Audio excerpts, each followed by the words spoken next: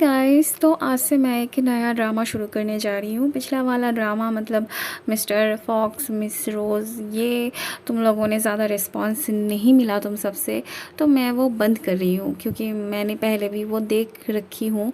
अब अगर तुम्हें नहीं देखना है तो मैं फालतू में बेकार में उसको मैं कंटिन्यू नहीं करना चाहूँगी। तो ये वाला मैंने नहीं देखा, इसीलिए मेरा देखना भी हो जाएगा और एक्सप्लेनेशन भी करना हो जाएगा। तो चलो शुरू करते हैं। कहानी के शुरू में हम देखते हैं स्कूल का रिज़ल्ट निकला होता है जिसमें टॉप की होती है लू शाओ, जो कि हमेशा से होता आया है, और लास्ट की होती है यूशी, जो कि हमेशा से होती आई है। ये दोनों एक दूसरे से बहुत ज़्यादा अलग थे। लू शाओ था जो हमेशा से टॉप करता आया है, पर फिर भी उसके चेहरे पे कोई एक्साइटमेंट नहीं होती है, और एक तरफ यूशी थी जो हर वक्त हमेशा से लास्ट होती आई है, फिर भी उसे कोई दुख नहीं, इस बात की कोई गम नहीं, अफसोस नहीं, बल्कि वो तो बहुत खुश थी लास्ट आने पे। यूशी के पहले जिसका नंबर आया था वो तो यूशी को थैंक यू देती है लास्ट आने के लिए। बाकी स्टूडेंट्स यूशी को जज कर रहे थे, उसे लेके बुरा भला बोल रहे थे, पर यूशी को इससे भी कोई फ़र्क नहीं पड़ता था। वो उनसे कहती है, क्या उन्होंने अपना चेहरा देखा? सबके चेहरे पे पिंपल्स आ गए हैं। तो इंसान को जिस चीज़ में खुशी मिलती है उसे वही करना चाहिए, और वो खुश है, इतना ही काफ़ी है उसके लिए। फिर वो लूशा को धक्का मार के चली जाती है। अगले सीन में हम देखते हैं यूशी रात में घर जा रही होती है और उसे लगता है कि कोई उसका पीछा कर रहा है। मौका देख के वो एक साइड छुप जाती है, और जो उसका पीछा कर रहा था वो सामने आते ही उसके सर पे डब्बा रख देती है। वो जल्दी से वहाँ से भागने जाती है तो वो बंदा उसका पैर पकड़ लेता है। यूशी रो रो के उससे रिक्वेस्ट करती है कि उसने कुछ नहीं देखा तो वो उसे जाने दे। वो बंदा भी यूशी से बार बार कहने लगता है कि वो भी बुरा इंसान नहीं है। प्रूफ के तौर पे वो यूशी को ये देता है जो कि यूशी का ही था। यूशी तो अभी भी उससे डर रही थी, वो अभी भी बोल रही थी कि उसने कुछ नहीं देखा। फिर वो इंसान कहता है कि वो उसका बेटा है और वो उसकी मॉम। बाद में वो बंदा यूशी से कहता है कि वो 2051 से आया है और उसे उसके बारे में सब कुछ पता है। यूशी को उसके बातों पे जरा सा भी विश्वास नहीं था, वो तो उसकी बात सुन के हंसने लगती है। इसका नाम शीशु था। तो शीशु यूशी को विश्वास दिलाने के लिए यूशी के बारे में, उसके फैमिली के बारे में सब कुछ एक एक करके बताने लगता है। यूशी को लग रहा था कि आजकल इंटरनेट इतना ज़्यादा फास्ट हो गया है, इतना एडवांस हो गया है कि उसके बारे में सारे इन्फॉर्मेशन उसे पता है। यूशी ऐसी ऐसी बात कर रही थी जिससे शीशु कहता है कि वो डेफिनेटली उसका ही मॉम है। यूशी उससे कहती है कि वो उसे मॉम कहना बंद करे। फिर वो उसे ऐसा कुछ कहती है जिससे शीशु कहता है कि वो हमेशा से उसे ऐसा ही कहती आई है। बाद में यूशी अपना सेल्फी लेती है, फिर शीशु को भी उसका सेल्फी लेने के लिए बोलती है, और फिर दोनों का फ़ोटो एक साथ रख के एक डीएनए टेस्ट करती है ऐप पे, जिसका 100% मैच करता है। तब यूशी को वो ऐप बकवास लगती है। तब शीशु उससे कहता है अगर वो साइंस पे विश्वास करती है तो उसके पास एक रास्ता है। शीशु उसे प्राइवेट टेस्टिंग सेंटर पे लेके आया था। रिजल्ट निकलने से पहले यूशी उसे मॉम बोलने से मना करती है। बातों ही बातों में यूशी उससे कहती है, वो कह रहा है ना कि वो फ्यूचर से आया है, तो अगर ये सच है तो वो उसका फ्यूचर बताए ज़रा। हमें पता चलता है कि यूशी का फ्यूचर बहुत ही ज़्यादा बुरा था और वो 47 एज तक बचने वाली थी। यूशी से और सुना नहीं जाता तो वो उसे चुप करने के लिए बोलती है। शीशु बताता है कि वो यहाँ पे उसका फ्यूचर बदलने ही तो आया है, वो उसे उसके फ्यूचर हस्बैंड को परस्यू करने में मदद करने आया है यहाँ। यूशी तब उससे पूछती है कि उसके फ्यूचर हस्बैंड का नाम क्या है। शीशु बताता है कि उसका फ्यूचर हस्बैंड लू शाओ था। ये सुन के यूशी ऐसे चौंकती है मानो जैसे उसके सर पे बिजली गिरी हो। फिर हमें 3 दिन पहले की बात दिखाई जाती है जहाँ पे यूशी स्कूल के अंदर एक एक्सपेरिमेंट कर रही थी जो कि सक्सेसफुल भी होती है, पर एन वक्त पे लू शाओ भी वहीं से गुजर रहा था, और वहाँ पे धुआं देख के वो जल्दी से वो आग सोच के पानी डाल के निभाने जाता है। पर वो पानी यूशी के मुंह पे लगती है। थोड़ी देर बाद सर चले आते हैं और यूशी को उनसे बहुत डांट पड़ती है। बाद में लूशाओ सर को पेन ड्राइव देने आता है। शायद सर ने उसे कोई टास्क दिया था।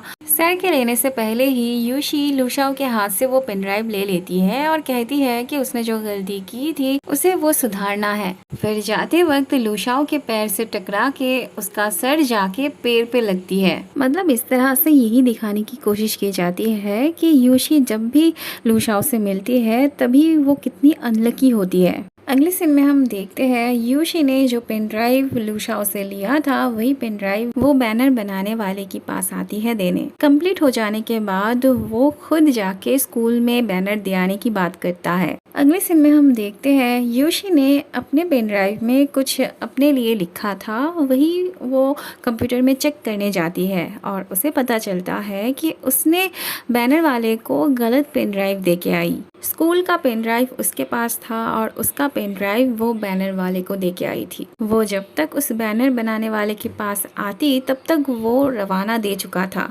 उसे रोकने के लिए वो जल्दी से एक रिक्शा में बैठती है, मगर वो जिस रिक्शा में बैठी थी उस रिक्शा ड्राइवर अपने पैर से रिक्शा चला रहा था। आगे जाके ट्रैफिक सिग्नल पे वो बैनर वाला रुकता है तो यूशी उसे देख के रिक्शा वाले को बिना पैसे दिए ही भागने लगती है उसके पीछे उसे पकड़ने के लिए। रिक्शा वाला भी अपना पैसा लेने के लिए उसके पीछे भागते हुए उसके स्कूल तक पहुंच जाता है। वहाँ लूशाओ भी डायरेक्टर के ऑफिस से चोरी छुपे कुछ फाइल्स लेने आया था जो कि उसे मिल ही गया था, पर ऐसे में यूशी अंदर आती है तो उसके आवाज़ से वो बाहर आके देखने जाता है और इस बार गलती से यूशी का पैर लूशाओ के पैर के ऊपर आ जाती है और लूशाओ चीख उठता है और आखिरकार दोनों पकड़ ही जाते हैं। और ऊपर से यूशी ने जो अपना पैसा नहीं दिया था रिक्शा वाले को उसका पैसा भी डायरेक्टर सर को देना पड़ता है और सजा के तौर पे डायरेक्टर सर उन्हें सेल्फ क्रिटिसिज्म लिखने के लिए बोलते हैं। लकीली यूशी को बैनर की वजह से कम डांट नहीं पड़ती है। तभी यूशी उस बैनर वाले को आते देख जल्दी से उसके हाथ से वो बैनर लेती है, पर क्या फायदा, पीछे से लूशाओ को देख के वो घबरा जाती है और उसके हाथ से वो बैनर छूट जाती है। लूशाओ उस बैनर को पकड़ तो लेता है पर क्या फायदा, पूरे स्कूल के सामने वो बैनर वैसे ही खुल जाती है और सबको दिखाई भी देती है कि उसमें क्या लिखा था। लूशाओ अपना काम चुपचाप कर रहा था पर यूशी बकबक किए ही जा रही थी। वो लूशाओ से पूछ रही थी क्या वो भी पहली बार सेल्फ क्रिटिसिज्म लिख रहा है। वो तो उसे ये सजेस्ट करती है कि उन्हें एक साथ काम करना चाहिए ताकि दोनों जल्दी घर जा पाए। थोड़ी देर बाद वो देखने जाती है कि डायरेक्टर आ रहे हैं या नहीं। उन्हें आते देख वो जल्दी से जाके अपने सीट पे बैठ जाती है और लूशाओ के साइड पे रखा हुआ पेपर अपने पास ले लेती है। अब इतने टाइम से उसने तो एक भी वर्ड नहीं लिखा था, तो लूशाओ ने जो लिखा था वही पेपर वो डायरेक्टर को दिखाती है। डायरेक्टर देखते हैं पूरे पेपर में बस एक ही बात लिखी होती है और वो था आई एम रॉन्ग। उन्हें बहुत गुस्सा आता है और वो यूशी को फिर से लिखने के लिए बोलते हैं और जब तक खत्म नहीं हो जाती तब तक उसे घर जाने से मना करते हैं। अब पता नहीं लूशाओ को पहले से पता था या नहीं कि उसका पेपर यूशी चुरा लेगी और अपना कह के चला देगी, नहीं तो उसने अलग से अपना वाला कैसे लिखा था और 2 पेज भर के उसने बहुत अच्छे से लिखा था सेल्फ क्रिटिसिज्म। सर को उसकी राइटिंग से सेटिस्फेक्शन मिलती है तो उसे घर जाने का परमिशन मिल जाती है। अब सोचो यूशी को कैसा लग सकता होगा। इन्हीं सब बातों के लिए यूशी कहती है ये हो ही नहीं सकता। इतने में डीएनए रिपोर्ट चली आती है जहाँ पे लिखा होता है शीशु के साथ यूशी का डीएनए मैच कर रही है। अगले दिन सुबह सुबह शीशु लाइन लगा के अपनी मॉम के लिए मतलब यूशी के लिए टोफू लेने जाता है, क्योंकि फ्यूचर में उसके मॉम ने उसे बताया था कि उसके स्कूल के बाहर एक लेडी बैठती थी जिसके पास टोफू मिलता था तो उसे बहुत पसंद था वो। बाद में शीशु के टाइम मशीन पे उसके डैड का मतलब लूशाओ का सिग्नल आता है।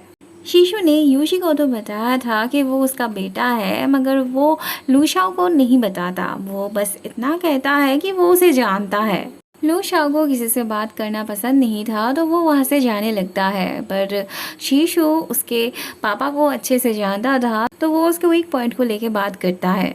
लो शाओ की वीक पॉइंट थी टाइम ट्रेवल मशीन के बारे में। तो शीशु जब उसे बताता है कि उसे पता है कि वो किसका किताब और कौन सी टॉपिक पे पढ़ना पसंद करता है, तो लो शाओ कमज़ोर पड़ जाता है और ख़ुद से शीशु का वीचैट नंबर मांगता है, क्योंकि उसे शीशु के साथ इस टॉपिक पे बहुत सारी बातचीत करनी थी। लोशा उससे पूछता है कि वो सच में टाइम ट्रैवल पे विश्वास करता है ना, तो शीशु उसे बताता है कि ऑफ कोर्स वो विश्वास करता है, उसे उस पे पूरा भरोसा है और वो जानता है कि वो एक दिन बहुत बड़ा साइंटिस्ट बनेगा। फिर हमें दिखाते हैं कि लूशाओ ने टाइम ट्रैवल को लेके एक किताब लिखा था जो कि बहुत ज़्यादा सक्सेसफुल हुई थी।